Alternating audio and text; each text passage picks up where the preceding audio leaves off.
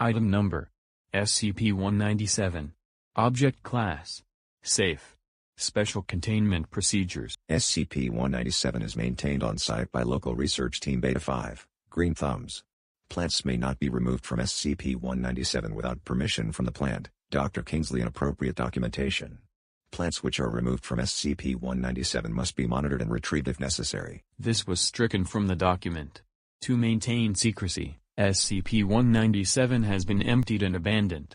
Under cooperation with local city officials, the building and many other nearby structures have been condemned. On-site security are to check the premises on a weekly basis to physically remove any plant material.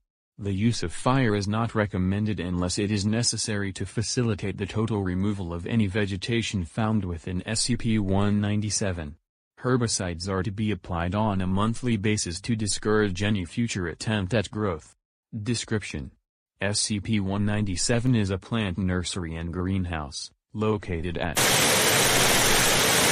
Currently the site is abandoned, although previous containment procedures were to maintain the location as a nursery.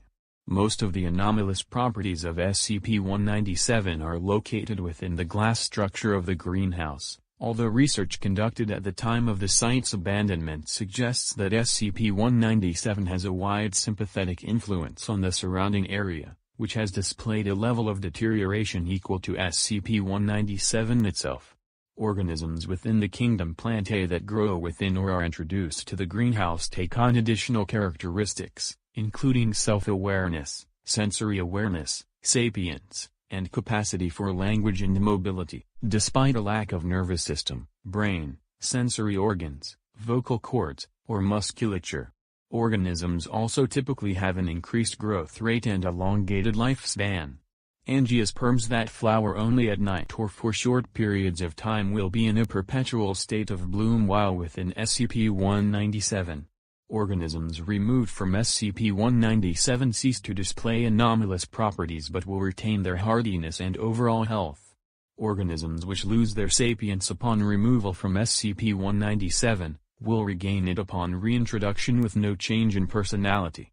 With few exceptions, these organisms do not appear to greatly value their sentience and are often eager to leave SCP-197, despite being unable to experience the world outside as anything other than a typical member of their species.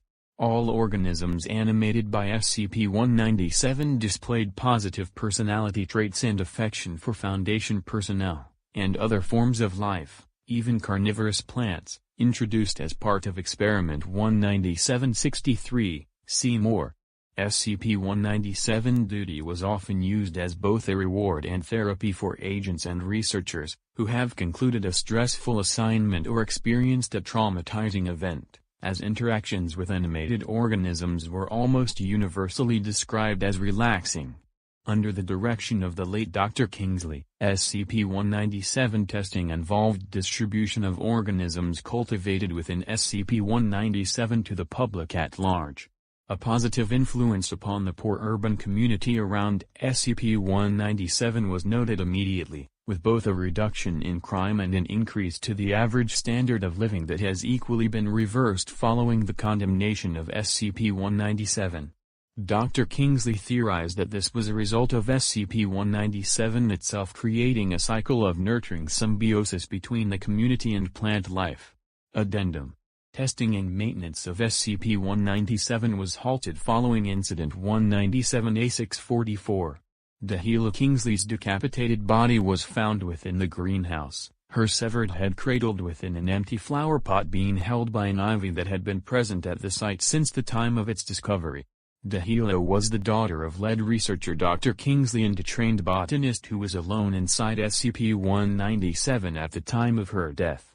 This was the first instance of any act of violence on the part of organisms raised within SCP-197.